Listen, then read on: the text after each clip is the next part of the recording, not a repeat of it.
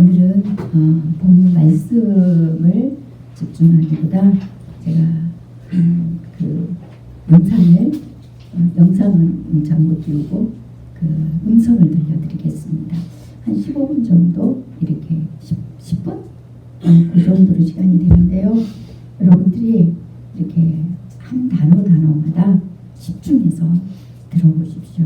그리고 여러분들이 여러분 마음에 한번 비교를 해보세요. 네. 그런 게 계속 지속적이었죠. 성인이 돼서까지 실수라도 한 번 하면 좀 자책하고 무너지는 와르르르 무너지는 되게 젠가 같은 사람이었어요. 와르르르 무너지는 또 잘 썼다가 또 와르르르 무너지고. 그 예수님의 이런 신앙에 대해서 확실한 믿음을 갖고 계셨어요? 그러니까 제가 구원이 없었어요. 예수 그리스도의 피를 통한 구원의 확신이 없었어요. 없이. 그냥 울어요. 십자가 앞에 우는데 그거는 예수님이 불쌍해서 우는 거지. 그리스도를 통한 나를 구원하신 그 은혜가 감사해서 우는 거는 아니었던 것 같아요. 성인이 돼서. 근데 어느 날 제가 대학교 이제 들어가서 이제 선교단체 모임에서 이제 성경 공부를 하면서 네. 거기서 좀 다른 걸 또 발견했어요. 나와 그들이 다르다는 거. 예. 그거 뭐냐면 저는 잘 울고 잘 웃는 사람이지만 재밌고 웃겨야 웃는 사람이었어요. 근데 그들은 뭔가 다르게 웃더라고요. 즐거움? 뭔가 이렇게 그런 게 있었어요. 그리고 막 그 설교 말씀이 나올 때마다 빵빵 터지는 거예요. 왜 이러지?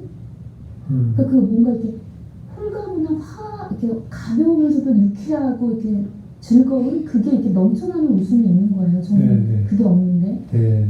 그때 순간 이게 뭐지? 막 이러면서 좀 억울한 마음이 드는 거예요. 나 진짜 열심히 살았는데 왜 나는 저걸 모르지? 내가 그 성경학교였는데 중간에 그냥 나와버렸어요. 나와서 그 기도실에 올라가가지고 저게 뭐냐? 저 웃음이 뭐냐? 나에게도 가르쳐달라. 그래서 막 이렇게 때를 썼던 기억이 나요. 그 기도의 그날이 정말 저는 기억이 나거든요. 하나님께 나도 저렇게 웃을 수 있게 해주세요. 나도 저 웃음이 알고 싶어요. 이렇게 기도를 한 게 대학교 1학년 때였던 것 같아요. 그때 가진 거 정말 그러니까 교회 생활에만, 그렇죠. 교회 문화에만 재미를 느끼기 위해서 다녔던 곳이고 그러니까 안정감이 저한테는 유일했어요. 안전한 곳이었어요, 교회가. 그런 신앙생활을 이제 대학생까지 이어졌어요. 그렇죠. 쭉 이어졌죠. 어떻게 이제 진짜 하나님을 만나게 되셨을까요?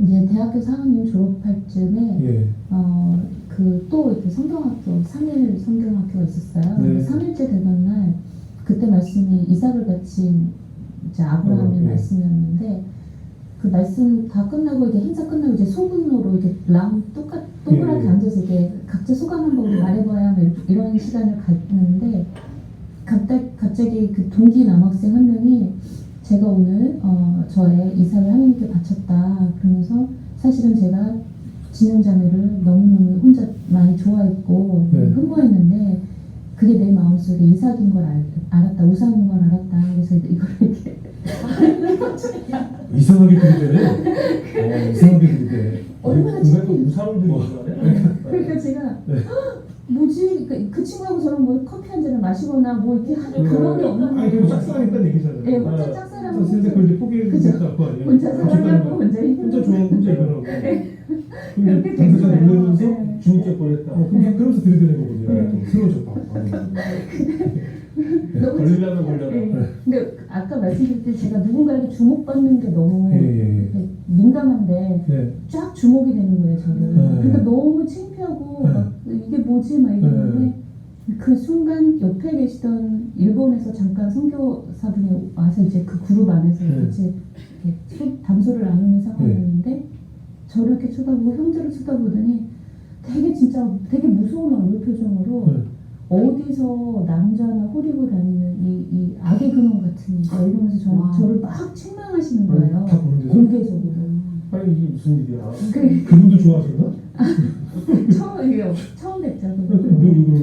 근데 지금 개혁개정은 그렇지 않지만 예전에는 복의 근원이라는 표현을 썼잖아요. 너는 복의 근원이 될지라. 전 복의 근원이 되게 되고 싶은 소원이 컸는데 악의 근원이라고 선포를 당한 거잖아요. 공개적으로. 그것도 어떻게 보면 선교사님이면 목사님이잖아요. 그렇죠. 네. 그러니까 이 젠가 또 한 번 하나의 그걸 그러니까요. 빼는 순간 쭉 아유, 무너진 거죠. 무너지면 이게 완전히 무너졌는데 그 무너진 정도가 어느 정도냐면 악의 근원으로 사느니 차라리 죽는 게 낫겠다. 이런 지경까지 갔어요.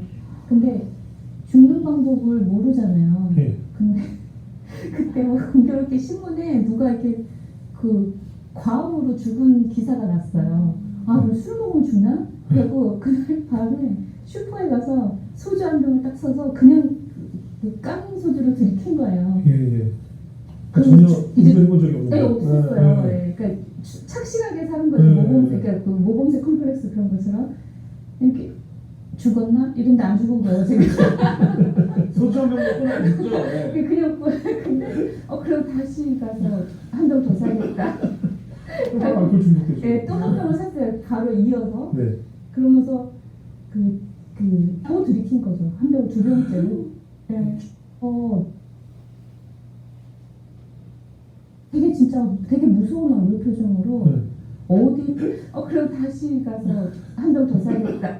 좀 약간 이렇게 강한 공개적서. 공개됐는데 음. 그 순간 딱 귀에서 정말 귀에다 대고 누가 말하는 것 같았어요. 태초에 하나님이 천지를 창조하시니라. 너는 내 것이라. 이렇게 딱 귀에서 들리는 거예요. 그래서 내 마음대로 죽을 수 없구나라는 나의 고백에 떠오른 말씀과 들리는 음성이었어요. 그래서 이렇게 좀 그랬죠. 그래도 회복이 안 됐어요. 제 마음은 회복이 안 돼서 네, 술을 들켜도 죽지 않아? 그럼 곱기를 끊자. 곱기를 끊고 이제 들어 누워 있었죠. 계속. 그럼 그 목사님 사모님이 막 오셔서 왜 너 이렇게 우리 진영장을 잘못한 게 아닌데 네. 왜 자학을 하냐 이렇게 아니면 아닌 거지 털고 일어나야지 왜 이렇게 있느냐 하면서 막 이렇게 붙들고 우시기도 하고 기도도 하시고 막 그러는데 저 힘이 없더라고요. 그냥 보통 그 정도 상황 되면 그 전에 있었던 사람들이 이렇게 진영 자매가 이렇게 힘들어하면 그 선교사님 찾아가서 뭐 어떻게 좀 사과를 하라고든가 뭐 어떻게 좀 주변에서 아니면 아까 그 짝사랑했던 남자애들이 좀 나타나든가 뭐 어떻게 좀 주변에 도와주세요. 직접적인 방법으로 나서는 사람은 없나요? 그렇게 하는 분위기는 아니었고요. 오히려 그냥 제가 털고 일어나기를 바라는 근데 분위기였어요. 버티림이 아예 없어졌잖아요. 네, 그 버티림이 없었던 이유 중에 하나 또 이거죠. 이렇게 아빠에 대한 그리움과 사랑이 있는 반면 약간 불편함이 있었어요. 그런 남성에 대한 불편함이 있었어요. 기본적인 남성에 대한. 기본적인 남성에 대한 불편함이 저한테 내재되어 있었기 때문에 예. 그래서 사실 대학교 때 뭐 그 흔한 미팅 뭐 이런 거 있잖아요. 아. 그리고 또 누군가가 나에게 호감을 표현하면 이렇게 막 불편하고 마치 그게 위험 신호 같이 이렇게 사이렌이 울리는 것 같아서 막 그랬어요. 그러니까 예. 건강하지 않은 이성관을 가졌던 거죠, 제 안에. 예. 그런 상태인데 최대한 노력했잖아요. 정숙하고 신앙 있는 여성으로 고귀하게. 근데 남자가 허리는 이런 악의 근원 같은 소리를 들었으니 이게 무너지죠. 하지 30년대에서. 근데 제가 이게 성인이 돼서 느끼는 건데 네. 그 알고 고의적으로 하진 않으시는 분들이 많으시더라고요. 그러니까 뭐 어떤 사명감처럼 이렇게 강한 표현으로 이렇게 좀 어필을 하시는 분들이 간혹 있으신 것 같아요. 저 그래서 평상시에 제가 자주 하는 말 중에 평상시에 원래 유머 감각 없는 사람이 농담 던지는 거 이거 돌된 애가 칼진 거랑 똑같다고 저는 생각하거든요. 이 농담도 해보는 사람이 하는 거지 원래 감각이 없는 사람이 그래서 여러 가지 자꾸 사건들이 생기잖아요. 뭐 직장 내에서도 그렇고 굉장히 위험하고 이렇게 나와 같은 생각을 할 거라고 생각하고 던지는 얘기가 진짜 비수가 돼서 꽂혀서 그렇죠. 한 사람의 생명을 앗아갈 뻔한 사건 아니에요. 그러니까 제가 예수님 몰랐기 때문에 더 그랬어요. 왜냐면 오해 간혹 있으신 것 같아요. 하지 않은 이성관을 가졌던 거죠. 제 안에 하지 않은 이성관인 거죠. 네.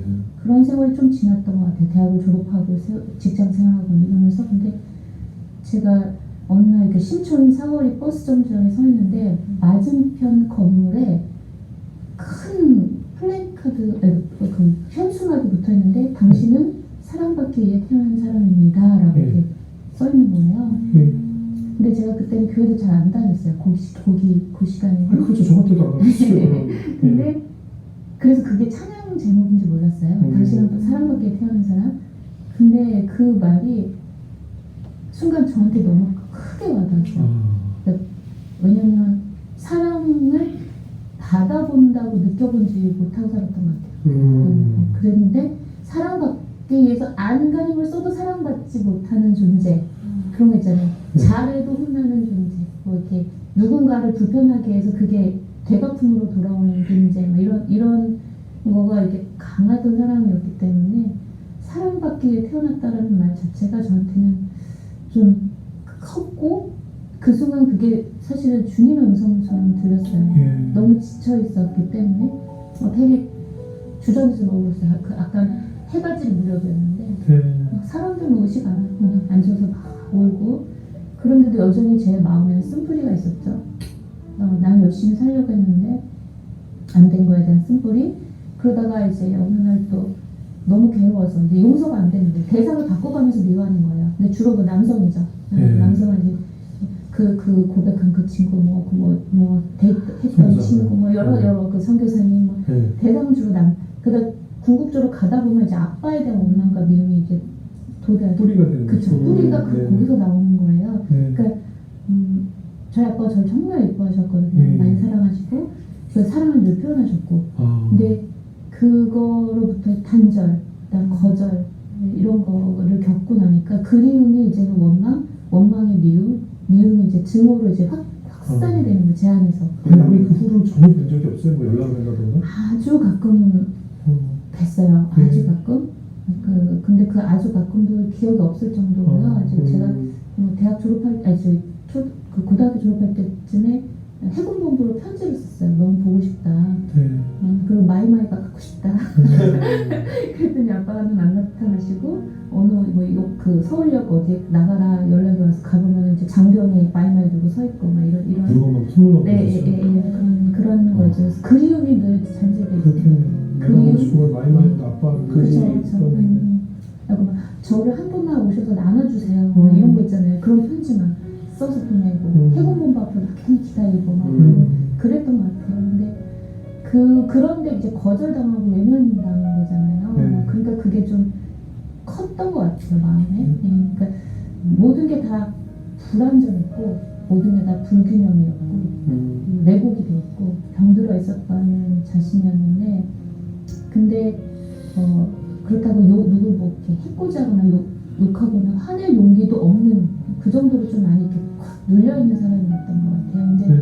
그 미움은 있잖아요, 마음에. 그러니까 그게 나를 막 괴롭게 하니까 어느 날 제가 막 울면서 저 정말 죽을 것 같아요. 너무너무 믿고 힘들어서 정말 죽을 것 같아요. 이러면서 울면서 누워 있었어요. 근데 그날도 또 말씀이 제 마음에 울렸어요. 뭘 보면 다 이루었다 하시고 영원히 돌아가시니라.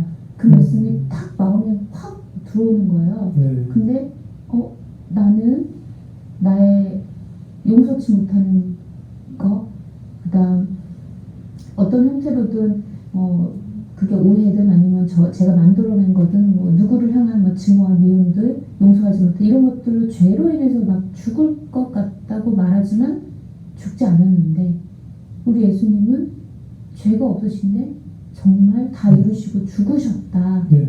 그 말씀이 저한테 확 밀려 들어오는데, 내가 얼마나 죄인인가와 네. 우리 예수님이 나를 위해서 돌아가셨는가에 대해서 그제서야 영접이 됐어요. 그러니까 완성에 대한, 다 이루었다라는 그 완성이 저한테 너무나 큰 선포였어요. 왜냐면 늘 불완전했거든요. 저는. 네. 늘 불완전했는데 하나님께서는 예수님을 통해서 완성을 시키셨잖아요. 네. 이 무거운 짐을 내려놓을 수 있게. 그러면서 제가 예수님을 만난 거죠. 그게 20대 중반쯤이었던 것 같아요. 어떻게 보면 이제 바리새인이었다, 교회 다닐 때는 그냥 바리새인이었다 했는데 지금 이제 다 그러면서 어떻게 보면 이제 주님께 다시 돌아오고 그렇죠. 탕자죠. 네. 근데 그 탕자 말씀이 정말 맞아요. 제가 어느 날 이제 누가복음 말씀 보는데 탕자에서 제가 어느 부분에서 또 이렇게 와르르 무너졌냐면, 네.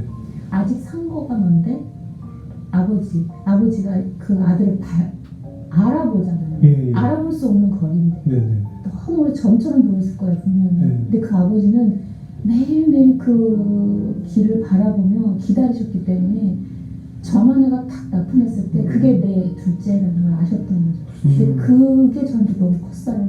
그러니까 아직 상고가 뭔데 우리 하나님 저를 그렇게 기다리셨다는 거, 그리고 내가 아버지가 계신 것과 돌아갈 집이 있다는 거, 네. 그게 저한테는 되게 컸고, 그래서 용기를 낼 수 있었어요. 돌아올 수 있는. 그때는 그 순간에 보통은 어떤지 누군가에 의해서 하나님을 만나기도 하는데 스스로 정말 저 멀리 플랜카드 하나로 인해서 마음의 동요가 일어났고 내 스스로 그냥 하나님을 다시 내 마음 속에서 찾은 거 아니에요? 그러니까 하나님은 말씀하시는 하나님이신 것 네. 같아요. 그 말씀을 통해서 다시 네, 만나셨어요. 항상 저의 그 이렇게 터닝 포인트에는 그런 말씀들을 주셨어요. 네. 근데 제가 뭐 이렇게 되게 모범생이어서 말씀을 뭐 열심히 읽고 막 달달달 외우고 그런 사람이 아니었음에도 불구하고 네. 강력하게 이제 마음의 말씀이 콱 울리는 그런 것들이 있는데 그게 저한테 되게 큰 감사 제목이기도 해요. 네. 뭐 우리가 레마라고 하잖아요. 네. 나의 말씀들을 네. 탁탁 받아오면서 이게 전환이 되는 내 인생에 이렇게 반전이 이루어지는 일들, 그런 것들. 그럼 그 이후에 이제 어떤 변화가 좀 생기던가요? 그때가 2001년 네. 2001년에서 이제 밀레니엄 딱 되면서 네. 그 이후에 양화진이라는 책을 우연히 보게 됐어요. 네. 양화진 책에 보면은 조선이 땅끝인 줄 알고 이렇게 오는 선교사님들 네. 제물포에 내렸는데 얼마 있다가 막 풍토병으로 돌아가시고 네. 네, 그런 것들을 쭉 읽으면서 너무 아름답다. 왜냐면 제가 예수님 뜨겁게 만난 직후에 그 책을 읽었기 때문에 너무 아름다웠던 거예요. 그래서 나도 너무 단 하루를 살아도 선교사의 삶을 살고 있다. 막 이런 마음이 들어서 이제 선교를 가려고 준비를 했죠. 네. 근데 이제 걸림돌이 이제 엄마인 거예요. 네. 왜요? 왜냐면 그때 당시 저희 엄마가 이제 한국집은 더 힘들어서 이제 못 하시고 이제 큰 마트의 그 푸드코트에서 일을 하셨었는데 네.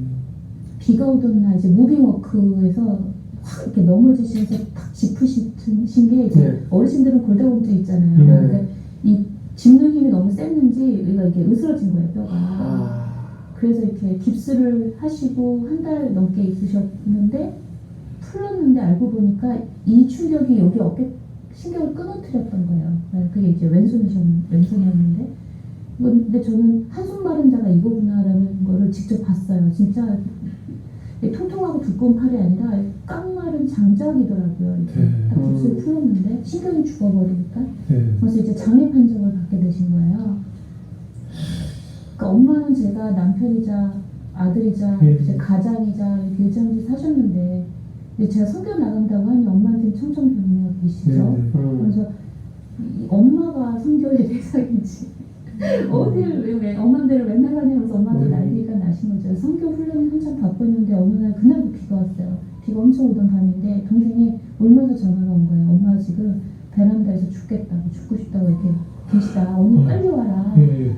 막 언니 나 너무 무서우면서 울면서 전화가 온 거예요. 네. 근데 그때 제 마음속에 어떻게 보면 좀 지친 것도 있었어요. 엄마에 대한 그 열심인 엄마를 향한 열심인 나의 마음이 또 헛되고 잘못됐다는 것도 깨달은 후였고 네. 그러기도 하고 인간적으로 너무 지쳐 있었고 그리고 내가 정말 하고 싶은 게 생겼는데 그걸 기로에 놓는 엄마를 택하느냐 설교를 갈 것이냐.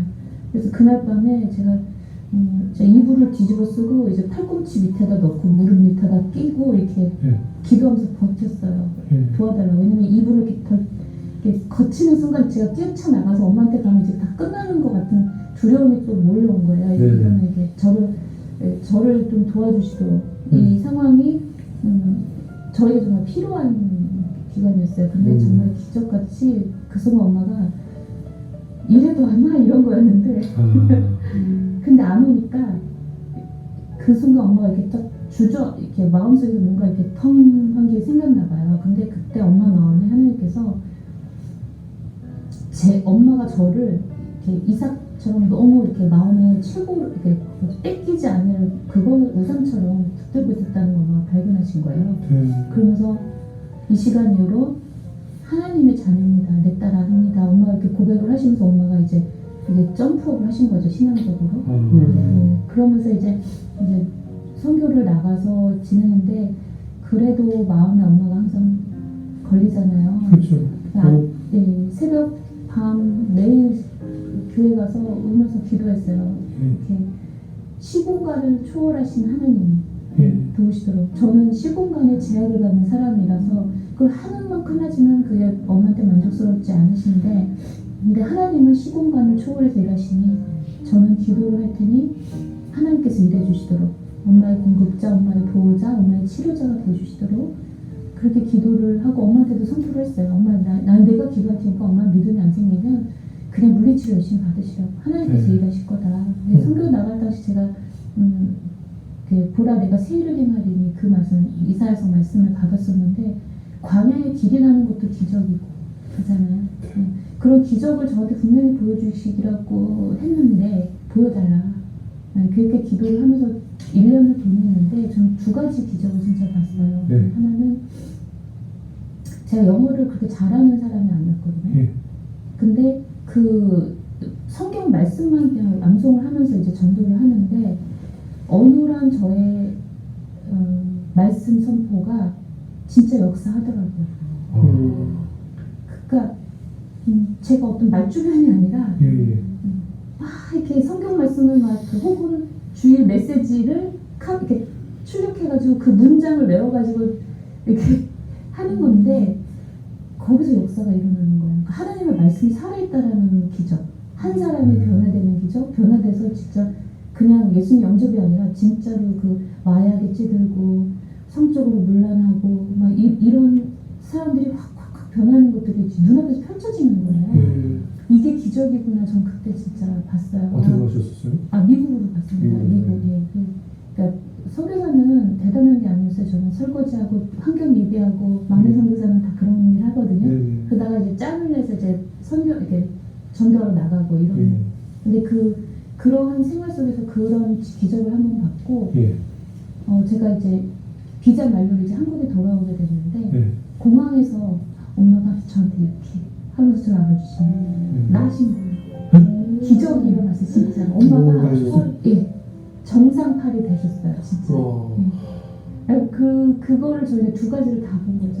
하나님께서 말씀하신 기적, 말씀의 기적, 그다음 그 말씀에 의지해서 믿는 자에게 일어나는 기적. 이거 다 보게 됐죠. 탁월한 선택을 하셨었던 거예요. 그리고 또 저 또한 그러니까 이 고질적인 끈이었어요. 엄마와 저와의 그거는, 그러니까 엄마가 저한테 걸기도 하셨지만 제가 걸어놓은 끈이었거든요. 벗어나지 못하는 끈. 근데 이제 그 분리가 이루어질 수 있었죠. 그 과정에서. 어떻습니까? 그 이후에 좀 착한 아이 컴플렉스에서 좀 해방이 되셨어요? 그거는 좀 늘 존재하는 것 같아요. 늘 존재하는 것 같고, 근데 자유함이라는 것 자체가 완전히 끊어지는 자유함이 어디서 있었냐면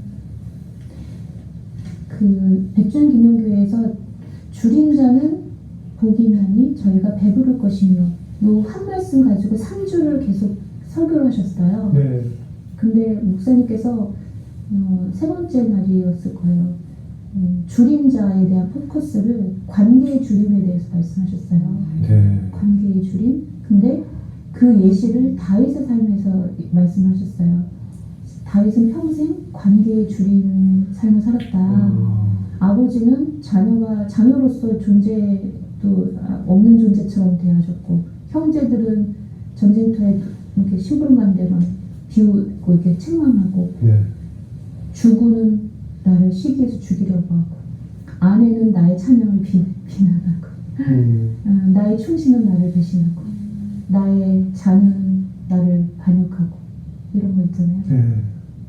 평생 관계의 줄임 속에 살았는데 그는 하나님으로 인하여 배불렀다, 이렇게 말씀을 딱 하시는데, 이렇게 그런 거 있잖아요. 막 몰입이 확 되면서 그 다윗의 그런 관계의 줄임 얘기를 하시는데 제가 막 투영이 되는 거예요. 계속 이렇게 가는데 그 끝에 뭐가 보였냐면, 그러니까 하나님으로부터 배불렀다라는 그 말씀 앞에 너무나 저랑 반대인 거예요. 저는 하나님을 제 등 뒤에 두고 관계가 어려운 대상들을 보면서 이게 개선이 되고 회복이 돼야 되는 거에만 집중하고 있더라고요. 하나님의 왜 사랑을 외면하지? 저를 향한 짝사랑을 하시는 그 하나님한테 배부를 생각을 안 하고 이 하나님이 나를 사랑하시니까 이게 해결이 돼야 된다는 그런 거 있잖아요. 그러니까 늘 줄인 거를 들여다보면서 사는 거예요. 하나님으로 배부르지 않고. 근데 그 상황에서 제가 왜 이렇게 예수님 뜨겁게 만나고 이렇게 지나다 보면 강력한, 그러니까 회개 반성의 어떤 성격을 띈 회개들은 좀 자주 있지만 이렇게 막 지진이 일어나는 회개는 좀 드물게 일어날 때 있잖아요. 근데 그날 그 말씀 앞에 저를 딱 봤는데 지진이 났어요, 진짜. 감당이 안, 나 왜 이러지 하는데 막 계속 꺼이꺼이 울기 시작하면서 저의 이 죄악됨, 하나님으로 배부르려고 하지 않고 하나님을 통해 관계의 줄임을 해결하려고만 했던 나의 죄악됨. 그날 이렇게 그 백준영 기념교회는 좀 좁거든요. 다닥다닥 어깨가 닿을 정도로 이렇게 의자 붙여놓고 갔는데 옆에 분을 계속 건드는 정도로 온 거예요, 제가. 네, 그렇게 울면서 이제 예배 끝나고도 못 일어나고 계속 울면서 기도를 했는데 그때 제 마음속에 한 가지가 분명하게 생겼어요. 뭐냐면 이제부턴 하나님으로 인해서 배부르겠다. 그러니까 이게 해결되기를 바라는 거 더 이상 하지 않겠다. 이제 하나님으로 인해 배부른 삶을 살기를 소원합니다. 제가 그렇게 살겠습니다. 그렇게 기도를 하고 나니까 더 자유로워지는 거예요. 그러니까 저의 죄짐이 아니라 하나님이 저를 배부르게 해주시는 것들이 계속 저는 더 느껴지고 체험하게 되고, 그리고 이제 아까 말씀드렸듯이 이런 사고 앞에서도 이렇게 끌려 내려가지 않고 고요할 수 있고. 그러니까 저라는 사람은 성경상 그게 불가능한 사람이거든요. 저는 되게 요동이 심한 사람이고 겁이 많은 사람이고, 그리고 이렇게 두려움에 늘 긴장된 삶을 살던 사람이었기 때문에. 근데 그게 인생이 어떻게 보면 그러니까 어떻게 보면 그게 페이즈 1, 페이즈 2. 비포 애프터가. 그쵸. 두 번의 비포 애프터를 경험했죠, 제가. 예수님을 뜨겁게 만난 그 말씀을 만난 그 시점과 죽인 자는 복이 있나니 저희가 배부를 것이며, 그 말씀에 제가 또 한 번 제가 뒤집어졌었어요. 그러면서 이제 이렇게 한 단계 좀 또 다른 사람이 된 것 같아요. 아니 거의 12시가 다 돼가네요. 어떠세요? 제가 늘 했던 이야기인데 직접 체험한 사람, 다른 사람의 간증을 들으시니까 여러분은 어디까지 얘기하신 것 같습니까? 늘 제가 그것 때문에 사람들을 볼 때마다 마음 아팠거든요. 이스라엘 백성들을 강해에 이끄신 게 그거거든요. 이스라엘의 백성들이 강해에 들어온 것은 아직 하나님의 사랑을 몰라요. 그래서 오직 이 땅의 것으로 인해서 그들이 만족하고 위로받고 체험을 입으려고 했었어요. 그런 그들을 하나님께서 하나님을 온전히 믿고 신뢰하고 하나님의 사랑을 알므로 하나님으로 배부른 것을 가르쳐 주시기 위해서는 이 땅의 것들이 굶주린 상태가 되어야 되는 거예요. 그래서 심령이 가난한 자는 천국이 저희 것이요. 그리고 또 누가복음에서는 가난한 자에는 복이 있다. 무엇 때문에요? 하나님께서 배부르게 하신다 그랬어요. 이게 우리는 늘 아는 말씀인데도 우리가 정말 주님을 사랑하는 게 무엇인지를 잘 몰라요. 우상들을 너무 많이 듣고 있으면서도 그것을 버리려고 하네요. 그냥 웃으면서 나는 이게 우상이야, 이 정도로 끝나버립니다. 그러나 하나님께서는 그것을 내가 손으로 붙들고 있는 건 놓기까지 그것으로 인해서 아픔을 겪게 되고 또 강하기를 오래 걷게 돼요. 강해에서 역시 여전히 기적과 이적은 일어나요. 하나님의 말씀은 여전히 있습니다. 이렇기 때문에 더 회개가 안 되는 거예요. 내가 이 정도면 되는데 하나님과 이렇게 교제하는데 내가 뭐가 부족해서. 그런데 그 사람들을 보면 어떤 행위에 이렇게 만족하고 있어요. 하나님 앞에는요 어떤 행위도 필요 없어요. 늘 말씀드리지만 주님의 은혜가 우리 안에 들어오므로 우리가 하나님이 지시함에 따라서 일하는 것뿐이에요. 그러나 그것을 우리에게 다 끊게 하신다 할지라도 우리는 결코 그 행위가 없어짐으로 내 영혼이 목마르지 않게 돼 있어요. 내가 때로는 너무 육체가 힘들어서 기도할 수 없는 상태가 된다 할지라도, 병이 들어서 수술대에 누워있고 아무것도 할 수 없어요. 목소리도 낼 수 없는 상태가 된다 할지라도 우리 안에 내면에 주님이 채워져 있으면요 우리 심령은 갈급하지 않게 돼 있어요. 그런데 그게 부족하면 우리는 어떤 종기적인 행위를 해야 내가 만족해요. 그런데 많은 기적과 이적을 강요해서 경험을 하고 있기 때문에 그것이 어떤 상태인지 절대 말해줄 수가 없습니다. 그래서 이게 어느 공동체에서 채워지지 않으면 목이 마른 상태가 돼요. 그러면은 그게 사춘기 상태가 돼서 내 신앙에서 내가 터득한 건 그 단계뿐이거든요. 근데 저도 역시 마찬가지였어요. 주님의 십자가의 문을 통과해서 주님의 그 아픔과 고난을 주님께서 새롭게 저에게 공용하면서 해결시키기까지는 저도 역시 마찬가지였습니다. 그래서 사춘기에 있는 사람들이 곧 바리새인 같은 모습인 거예요. 그런데 이 사람들은 진정으로 하나님께서 말씀하신 대로 자신을 다 버리면 순종할 수가 없어요.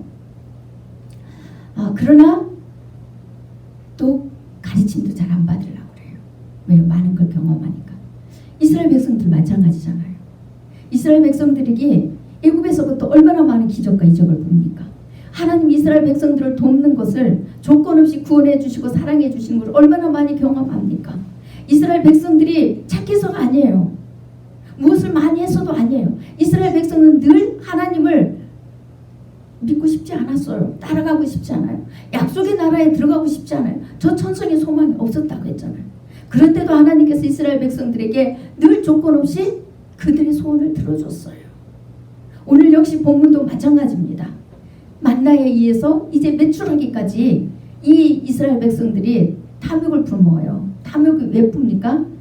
애굽에서 이제 그 기적을 보고 하나님 백성으로 살겠다고 따라온 그 이방인들이 있었어요. 이들이 함께 나와서 그들이 이방 그 나라에서만 살았기 때문에 하나님의 법을 배우지 않았어요. 그러다 보니까 그들이 강해에 나와서도 애굽에 있을 때 먹었던 그런 고기와 그 정욕적인 삶을 누리고 싶어서 그 이제 영양 섭취를 이제 충분히 해달라 이거예요.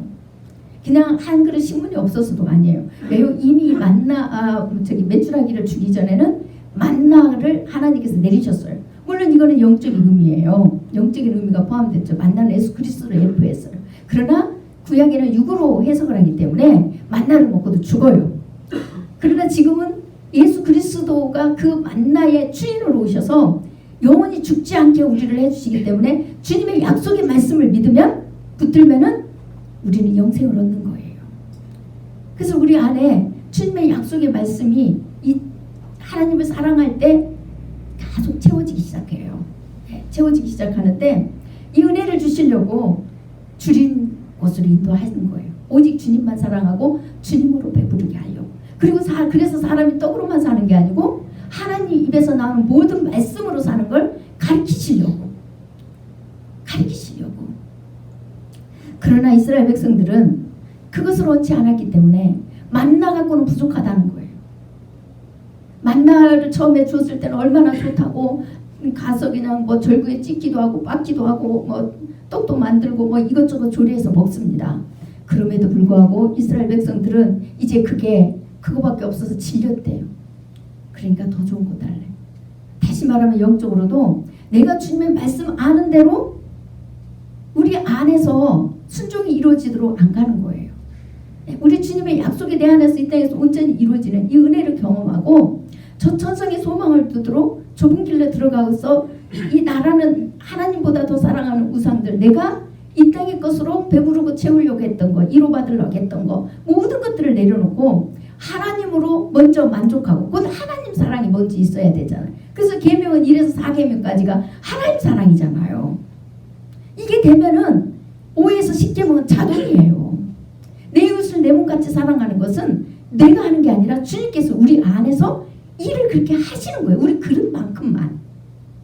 불가능한 것을 하게 하시는 게 아니라 우리 주님이 우리의 택한 그릇만큼 일하시는 거예요. 역사하셔서 가능한 걸 하시는 거예요. 주님이 하시겠다는 거죠. 우리는 움직이면 되는 거예요. 그 대신.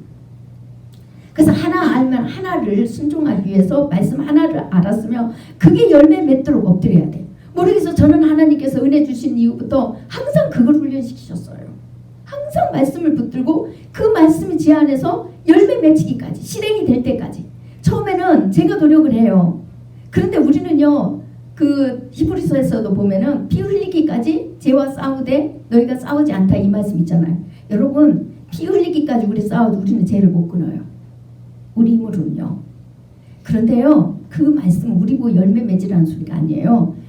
요한복음에 우리는 열매 맺을 수 없다고, 스스로 아무도 열매 맺을 수 없다고 그랬어요. 우리 주님 안에 있을 때만 열매를 맺는다고 그랬어요. 주님이 맺어준다는 거예요. 우리는 죄와 싸울 때 피 흘리기까지 그 정도로 대항을 하면서 하나님 앞에 기도하면서 가는 거예요. 간구하면서 노력하는 거죠. 그때 우리 주님께서 그 간구와 기도를 들으시는 거예요. 기도만 하면서 죄는 여전히 그 속에 들어가 있어서 그걸 생각도 안 하고 내가 기도하니까 알아서 하겠지. 이거는 아예 마음이 없는 거예요. 형식이지. 그런데 진짜 간절하면 어떻게 해요? 기도하면서 내가 해보는 거예요. 끊어보려고 막 몸부림치잖아요. 근데 우리는 열매를 맺을 수 없어요. 그런데 어느 날 주님께서 그 중심을 보시고 어떻게 해요? 우리가 노력도 안 했는데 어느 날 끊어져 있는 거예요. 되돌아보니까 내가 그 죄에 관심도 없고 그 죄를 안 짓네? 그때 주님의 열매를 맺혀주셨다는 거 알아요. 노력도 하지 않고 그때부터는 노력이 필요 없는 거예요. 하나님의 말씀을 우리가 말씀 안에 들어가면 초등학생들은 초등학교 수준에 깨닫습니다. 중학생은 중학생 수준, 대학생은 대학생 수준, 어른이 되면 어른 수준. 이 단계가 있어요. 계속 이렇게 자라나가야 돼요. 근데 보통 교회 안에 거의 사춘기에 머물러 있어요. 이 영적 상태를 이걸 거쳐왔을 때, 넘어왔을 때만 그걸 보아요. 그걸 보게 돼서 바른 분별을 하게 돼 있어요. 이것은 무슨 신령한 하늘문이 열려갖고 무슨 그 예언의 영을 받고 무슨 취시영을 받아서 보는 게 아니에요. 그거는 일순간이죠. 그거는 또 사단이 주는 경우도 있어요. 그러나 진짜 분별은 어디서 오는 줄 아세요? 내가 그 단계를 넘어왔을 때 분별이 바르게 되는 거예요. 그거는 넘어왔잖아요. 그래서 그거는 틀릴 수가 없어요. 이게 진짜 분별의 영을 받는 사람이에요. 우리는 그러나 늘 뭘 바라봐요? 늘 무당이 신한테 빌어서 신이 임해서 정계 마치듯이 과거 미래 마치듯이 이걸 많이 원하고 그걸 신령하다고 생각하는 거예요. 그래서 많은 사람들이 미혹되고 이단한테 쫓아가는 게 그거잖아요. 그래서 하나 말씀 알면 하나 열매 맺으려고 갈 때 우리 주님은 또 다른 만나의 비밀을 또 가르쳐 주세요. 말씀이 열려요. 그런데 우리는 수많은 말씀을 성경 전체를 알면서도 한 가지도 열매를 안 맺으면서 뭘 달라고 그래요? 새로운 거. 항상 어떤 거 지겨워? 새로운 거. 새로운 거 복음 이외에는 없습니다. 성경은 예수 그리스도의 십자가 사랑, 곧 하나님 사랑, 이웃 사랑을 말하는 게 전체 내용이에요. 저 천성에 가는 길을 가르쳐 주는 게 전체 내용입니다. 그런데 자꾸 새로운 것만 달래요. 그런데 우리 주님이요? 주어요. 영적으로도 주죠. 어디 가서도 이단에 가서도 없고 어디 이상한 데 가서도 없고 또 우리도 더 많은 깊은 것을 깨달을 수 있어요. 그런데요.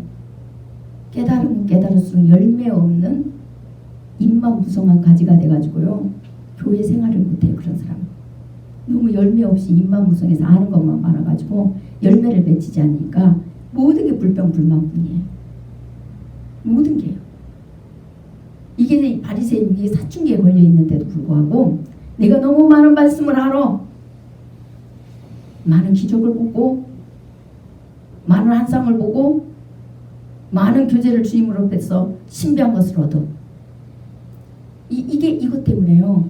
전혀 가르침을 받으려고도 안 하고 본인이 잘못되어 있다는 것도 몰라요. 이스라엘 백성들 상태가 그랬어요. 그런데도 하나님께서는 이스라엘 백성들에게 메추라기를 주세요. 메추라기를 그들이 원하는 대로 고기를 먹게 하시는데 민수기 11장 18절에서부터 21절까지 언제까지 한 달 동안 주어서 먹게 하신다고 나와요. 한 달 동안. 한 달 동안 주어서 먹게 하시고 그 다음에 31절 11장 31절에서 보니까 이 메추라기를 사방에서 오게 하는데 각기 하루길 되는 지면이 두 구빗집에 내리게 한지라 이래 돼 있어요. 그래서 이스라엘 백성들이 주님이 가라는 길 가는 거는 조금만 힘들어는 못 가겠다고 온갖 게 다 부리고 원망하면서도요. 이 메추라기 거둘 때는 어떻게 되는 줄 아세요? 32절에 11장 32절에 백성이 일어나 그날 종일 종야 밤낮으로 일을 해요. 이 육신의 양식이 배불린다고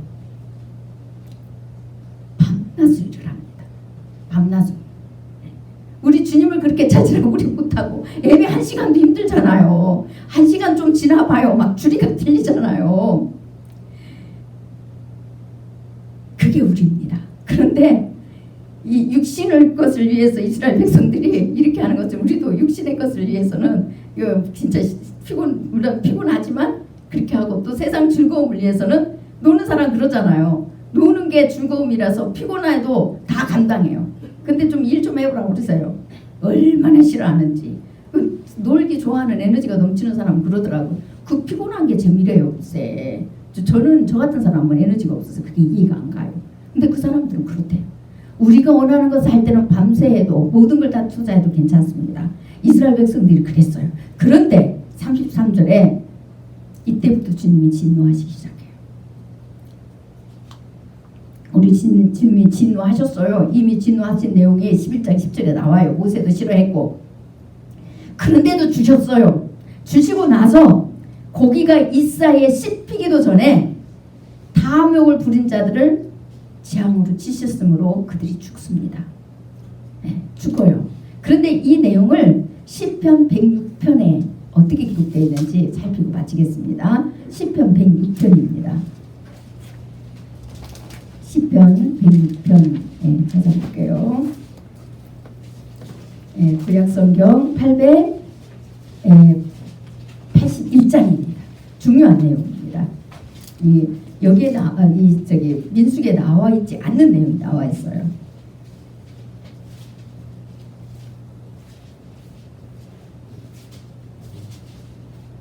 시편 106편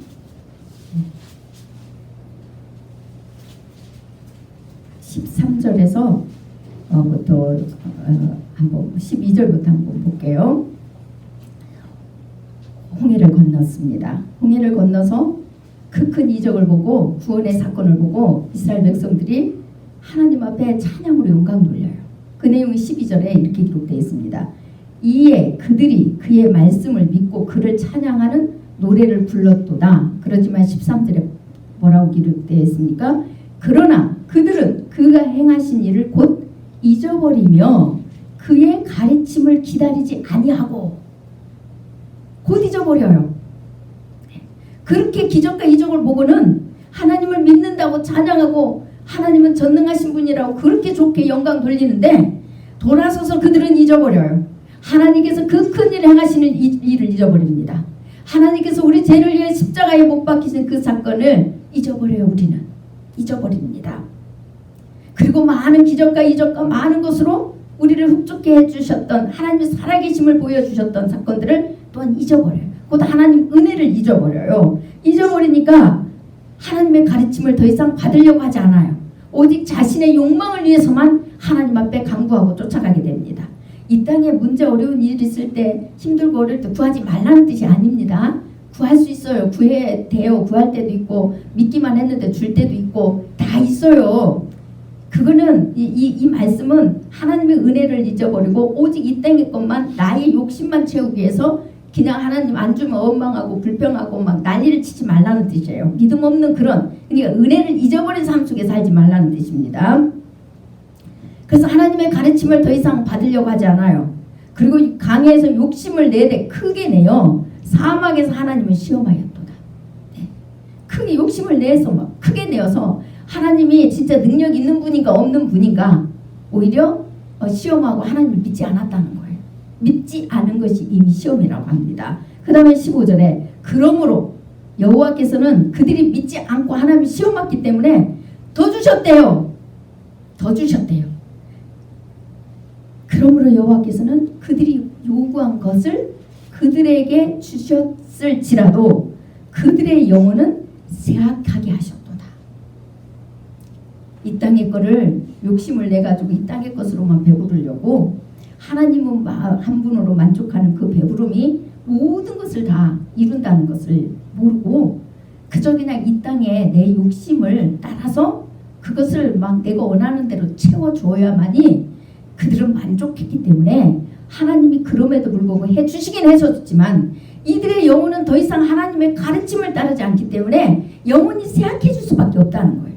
이 영혼이 쇠약해지니까 하는 일들이 뭐냐? 사춘기라고 그랬잖아요. 바리새인이라고 그랬잖아요. 영적으로 탐욕이 들어가가지고 모세의 자리, 아론의 자리 탐내고 맨날 그랬잖아요. 그것을 16절에 그들이 진영에서 모세와 여호와의 거룩한 자 아론을 질투하며 땅이 갈라져 다단을 삼키며 아브라함의 당을 덮었고 불이 그들의 당에 붙음이여 하염이 악인들을 살랐도다. 그들이 호렙에서 송아지를 만들고 부어 만드는 우상을 경배하며 자기 영광을 품먹는 소의 형상으로 바꾸었도다. 애굽에서 큰 일을 행하신 그의 구원자 하나님을 그들이 잊었나니. 하나님의 은혜를 잊어버리는 자로 살아요. 하나님의 은혜를 잊어버려서 구원하신 구속하신 그 하나님의 은혜가 없어요. 그 감사가 사라져요. 그리고 계속 어떻게 해요? 공동체에서 질서에 순종하지 않고 우두머리가 되어서 자기 원하는 대로 해달라고 계속 대적하는 자가 된다는 거예요. 이 세상 것으로. 그래서 계속 그런 송아지 만들고 다단이 또 당을 짓고 이런 일들이 계속 일어난다는 거예요. 이게 쇠약한 증거라는 거예요. 쇠약한 증거. 그러나 우리가 진짜 하나님으로 배부르면 어떤 사람이 됩니까? 다윗과 같이, 아브라함 같이, 또 누구와 같죠? 요셉과 같이, 야곱과 같이 하나님으로 배불러서 하나님 나라가 우리 안에서 개인도 확장되고 주의도 확장되는 일들을 하나님께서 하시는데 그것이 작고 크고 이 문제가 아니라 나에게 준 지경만큼 그래도 우리 주님이 내 그릇대로 사용하시기 때문에 다른 사람이 큰일하고 우리는 부러워할 필요도 없고 그거 쫓아갈 필요도 없어요. 우리 주님이 우리 그릇대로 시키고 안 시켜도 감사해요. 우리 주님은 우리 존재 한 사람으로 만족해 하세요. 행복해 하세요. 여러분 자식이 여럿이 있잖아요. 그러나 그 한 사람 한 자녀가 소중하잖아요. 그 자녀가 무엇을 많이 하고 부모에게 뭘 많이 주고 안 주고가 문제가 아니라 그 자녀가 부모의 곁에 있어서 부모의 뜻을 알고 부모의 마음을 알고 그 부모의 사랑 안에 거했을 때 그 자녀 한 사람으로 인해서 뭘 많이 안 해도 만족해요. 충분히요. 우리 주님은 그런 하나님이세요. 그런 하나님을 만났을 때 비로소 진정한 자유인이 돼요. 사랑을 어느 형태에서든 행할 수 있는 자가 되고요. 나라는 존재 때문에 사는 게 아니라 주님 때문에 우리는 좁은 길을 걸어가고 그 좁은 길에서도 사랑을 행할 수 있는 자로 사는 거예요. 어떤 형식과 종교의 어떤 틀에 매이지 않습니다. 주님이 우리에게 베푸신 구원의 사건, 우리 내면에 있는 주님으로 인하여서 우리가 아무것도 할 수도 없고 기도도 할 수 없는 상태로 그런 환경에 우리가 들어가고 우리가 누워만 있을 수 있는 환경이다 할지라도 우리 안에 주님이 계시잖아요. 그 주님이 계시는 것을 우리가 늘 느끼기 때문에 그 속에서 감사하고 우리는 첫 천국에 들어갈 소망을 가지고 기쁨으로 가는 거예요. 그런 진짜 자유한 진짜 그런 신앙인이 다 되기를. 그래서 임마누엘 성도들이라 하면은 정말 사랑이 넘치는 개인주의가 아니라 사랑이 넘치는 그런 사람으로 다 성장하는 그런 성숙한 성장된 그리스도인들이 되기를, 그런 회개가 다 이루어진 분들이 되기를 간절히 축원합니다. 기도하겠습니다.